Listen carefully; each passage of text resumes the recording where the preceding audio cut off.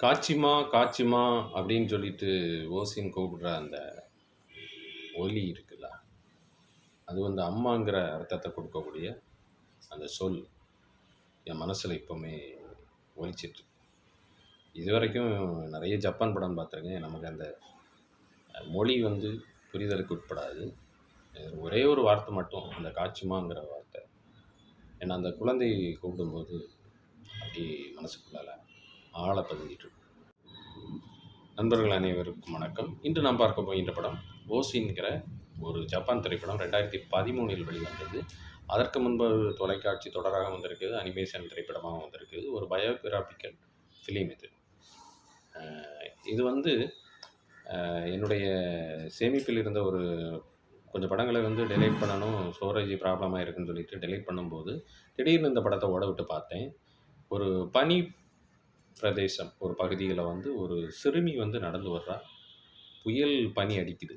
அந்த ஒரு முன்னால் ஒரு ஆள் நின்னா கூட தெரியாத ஒரு சூழலில் அந்த பெண் நடந்து வர்றதை பார்த்த உடனே எனக்கு இந்த படத்தை பார்த்தாகணுங்கிற சூழலில் போட்டேன். அந்த படத்தை பார்த்து முடிக்கிறது வரைக்கும் பார்க்க வேண்டிய ஒரு சூழல் உருவாச்சு. ஏற்கனவே சில படங்களை நம்ம பார்க்கும்போது கொஞ்ச நேரம் பார்ப்போம், 2 நாள் கழிஞ்சு பார்ப்போம், அப்படி விட்டு விட்டு பார்ப்போம். நல்ல படமாக தான் இருக்கும். ஆனால் நம்மோடு ஒன்றி போகிற ஒரு சில படங்கள் உண்டு.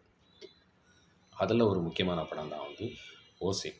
ஓசின்கிற ஒரு 7 வயது சிறுமியின் வழியாகத்தான் அந்த கதை உருவாகிறது. 1800 காலகட்டம் அந்த திரைப்படத்தினுடைய கதைக்களம். ஒரு கூரை வீடு, பனி நிறைந்த அந்த பகுதி. இதுதான் அந்த இது. அப்பாவால் வந்து தொடர்ச்சியாக குழந்தைகள் பிறந்து கொண்டிருக்கு. அப்பாவால் வந்து எல்லாருக்கும் உணவு, ஓசினோட அப்பாவால் எல்லாருக்கும் உணவு கொடுக்க முடியாத ஒரு சூழல் உருவாகுது. அப்போ இந்த ஓசினை வந்து ஒரு வீட்டில், அதாவது நகரத்தில் ஒரு வீட்டில் குழந்தையை பார்ப்பதற்காக வந்து 5 சாக்கு நெல்லுக்காக வந்து, முன்னால் சொல்லுவாங்க தவிட்டுக்கு ஒன்றை வித்துட்டேன், அப்படியான சூழல்கள் ஒரு காலத்தில் இங்கேயும் இருந்திருக்கு. அந்த 5 சாக்கு நெல்லுக்காக வந்து இந்த பெண்ணை வந்து, இந்த சிறுமியை வந்து வேலைக்காக அனுப்புகிறார். முதலில் இந்த தாய் வந்து மறுத்து விடுகிறார். அதே போல் அங்கே பாட்டி இருக்கிறார். பாட்டியும் விட வேண்டாம் அப்படின்னு, சின்ன குழந்தை அப்படிங்கிற மாதிரி சொல்லுவோம்.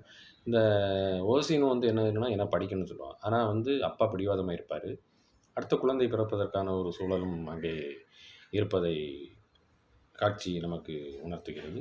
இந்த இதில் ஒரு குழந்தை ஏற்கனவே உருவாகியிருக்க அந்த குழந்தையை வந்து கலைப்பதற்கான முயற்சியை வந்து ஓசினோட அம்மா மேற்கொள்ளும்போது, அதாவது ஒரு பனி அந்த ஆற்றுல வந்து நடுவில் நின்று அந்த குளிரில் அவருடைய ஓசினோட அம்மாவுடைய உடல் எல்லாம் அப்படி மரத்து போகிற மாதிரியான ஒரு சூழலில் அவங்க அந்த கருக்கலைப்பு முயற்சியை மேற்கொள்ளும்போது இதெல்லாம் பார்த்துட்டு காப்பாற்றப்படுறாங்க. இது பார்த்துட்டு இருக்க ஓசினால் இதை வந்து பொறுத்து கொள்ள முடியலை. அதை உணர்ந்து அந்த ஓசின் என்ன செய்வான்னா, நான் வேலைக்கு போகிறேன் அப்படின்னு சொல்லுவாங்க. அந்த நேரத்தில் வந்து ஓசினோட அம்மா வந்து ஒரு கிமோட்டா வந்து அந்த பெண்ணுக்கு, ஏன்னா அது கிமோட்டோங்கிறது வந்து ஜப்பானோட முக்கியமான உடை, ரொம்ப அழகான உடை. அந்த கிமோட்டா வந்து ஓசினோட அம்மாவுக்கு திருமண நேரத்தில் வந்து கிடைச்ச ஒரு உடை. அந்த உடையை வந்து சின்னதாக தைத்து அந்த ஓசினுக்கு கொடுப்பாங்க. ஏன்னா அதுக்கு பிறகு வந்து ஓசினோட அம்மாவுக்கு கிமோட்டோங்கிற உடை பார்த்ததே இல்லை அப்படிங்கிறது அந்த காட்சியின் மூலமாக நம்ம உணர்ந்து கொள்ளலாம். பாட்டி ஒரு நாணயம் கொடுப்பாங்க. அந்த நாணயத்தை வாங்கி ஒரு சின்ன ஒரு சுருக்கு பையில் அந்த ஓசினை வைப்பாங்க. இந்த நாணயத்தால் வரக்கூடிய பிரச்சனை வேறு. அதுக்கு பிறகு அது திரைக்கதையினுடைய யுக்தி. அது நகரத்துக்கு போகிறாங்க. அங்கே போனால் வந்து அந்த குழந்தையை பார்க்குறது மட்டும் இல்லை, கடுமையான வேலை. சோறாக்கணும், வீடு துடைக்கணும், அந்த குழந்தையோட பேண்டிஸை வந்து கழுவணும். இப்படியான ஒரு கடுமையான வேலை. பேண்டிஸை வந்து கிணத்துலேருந்து தண்ணி எடுத்து கழுவக்கூடாது. அது வந்து கழுவக்கூடியது அந்த குளிரான அந்த பனி நீரில் வந்து தான் கழுவணும். ஏன்னா அவ்வளவு சிக்கலான சூழலில் வளர்றவ அங்கே ஒரு குற்றம் சுமத்தப்பட்டு அங்கேருந்து வெளியேறார் ஓசி. ஒரு இரவில் வெளியேறார். அந்த இரவு தான் அந்த பனிக்காற்று பயங்கரமாக அடிக்கிறது. நான் முதல்ல பார்த்த அந்த காட்சி. அந்த காட்சி அவள் ஒரு இடத்துல மயங்கி கிடக்கிற ஒரு போர் வீரன் வந்து அவளை வந்து காப்பாற்றுறான். போர் வீரன் யாருன்னா, இராணுவத்தில் போயிட்டு அங்கே இருந்து தப்பி வந்தவன். அந்த போர், அந்த மனிதர்களை கொல்றது அந்த பிடிக்காமல் அதனுடைய எதிர்வினையாக வந்து இவன் தப்பி வந்துடான். அவனுக்கு உடம்புல ஒரு குண்டு இருக்கும். அந்த குண்டு அவன தொடர்ச்சியா அ அ அடிக்கடி வந்து உடல்நிலை சரியில்லாமல் ஆக்கும். அது அவனுடைய மனநிலையும் அப்படிதான் இருக்கும். அவன் வந்து முதல்ல அவளுக்கு வந்து படிக்க சொல்லிக் குடுக்குறான்.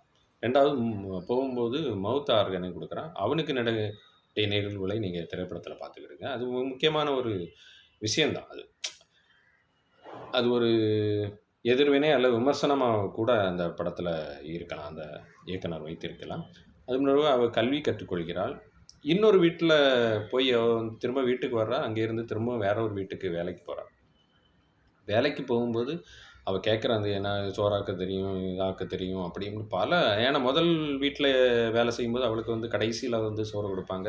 அந்த பானைய தொறக்கும்போது அது ஒரு மரப்பானை தான். முன்னால அங்க எல்லாமே மரத்தில தான் வந்து தண்ணி எடுக்கிற வாளியா இருந்தாலும் எல்லாமே மரத்தில தான் இருக்குது. அந்த கலாச்சாரத்த பார்க்கும்போது அந்த தரை, தளம் எல்லாமே மரம் தான். மரம் தான் அங்க பெரிய ஒரு இதாக ஏற்கனவே அங்க வந்து அது அதிகமா பூகம்பம் நிகழக்கூடிய இடம்னால அத அதிகமா பயன்படுத்தியிருக்கலாம். இப்பவும் இருக்கலாம். அது அ அத திறந்து பார்க்கும்போது கொஞ்சம் பருக்கைகள் தான் கிடக்கும். அதையும் சாப்பிட்டுட்டு திரும்ப திரும்ப வேலை செய்கிற ஒரு சூழல் வந்து ஓசினுக்கு இருக்குது. ஆனா, இப்ப புதுசா ஒரு வீட்டில போய் வேலை கேட்கிறா. அங்க ஆனா வேலைக்கு ஆள் தேவையில்ல. ஆனா, இரவு நேரம் வரைக்கும் காத்திருக்கிறா. காத்திருந்து வேலை கேட்கிறா. ஆனா, அங்க அவளுக்கு நல்ல சாப்பாடு கிடைக்குது. சில சில பிரச்சனைகள் அங்க உள்ள ஒரு பிள்ளையோட ஏற்பட்டாலும், அவளுக்கு வந்து அங்க படிப்பதற்கான ஒரு புத்தகம் எல்லாம் குடுக்குறாங்க. அதுவும் பல சிக்கல். அது நீங்க திரைப்படத்தில் பார்த்து தெரிந்து கொள்ளுங்க. இப்படியான ஒரு சூழல்ல வந்து ஓசின் வந்து அவங்க பாட்டி இறந்ததா இறக்கப் போறதாக வந்து சொல்லும்போது, இவளுக்கு அங்க போக விருப்பம் இல்ல. ஏன்னா, குடும்பங்கிற ஒரு சூழல், திரும்ப போயிட்டு இங்க இவங்க உள்ள எடுப்பாங்களாங்கிற மனநிலை, எல்லாமே ஒரு குழப்பமான ஒரு மனநிலையில வந்து இந்த சூழல்ல அவ திரும்ப போவா. திரும்ப போய் வந்து பாட்டி இறந்து போவாங்க. அவங்க குடுத்த அந்த நாணயம் திரும்பவும் இவளுக்கு கிடைக்கும். அதுவும் ஒரு அந்த கதையில திரைப்படத்த பார்த்து தெரிந்து கொள்ளுங்கள். அ மிக முக்கியமான ஒரு திரைப்படம். 2வது அந்த கல்ச்சர். அந்த அவங்க அப்பா மேலாடைய அது மேல வந்து ஒரு அந்த பனி காலத்தில ஒரு புல்லால செய்யப்பட்ட ஒரு உடை அணிஞ்சிருப்பா. செருப்பு பார்த்தான்னா, புல்லால் செய்யப்பட்டது தான். அதேமாரி ஒரு பொம்மை செய்வாங்க. அந்த பொம்மைய பார்த்தீங்கன்னா, அதுவும் அந்த புல் தான். அந்த புல்லின் பேர் சரியா எனக்கு தெரியல. அந்த புல்லால தான் வந்து செய்றாங்க. ஆக வந்து அங்க அந்த கலாச்சாரம் எல்லாமே அவங்களுடைய உடை, ஒரு ஜப்பானிய திரைப்படம். அது எதார்த்தமாக வந்து அந்த வாழ்வியலை சொல்கின்ற ஒரு திரைப்படம். அதேபோல இந்த ஓசியினுடைய நடிப்பு வந்து எந்த மகா நடிகனும், உலகத்தில் உள்ள எந்த மகா நடிகனும் அந்த பெண்ணினுடைய அந்த நடிப்பிற்கு முன்னால நிக்கவே முடியாதுன்னு நெனைக்கிறேன். வாய்ப்பு இருப்பவர்கள் இந்த படத்தை பாருங்கள். நன்றி, வணக்கம்.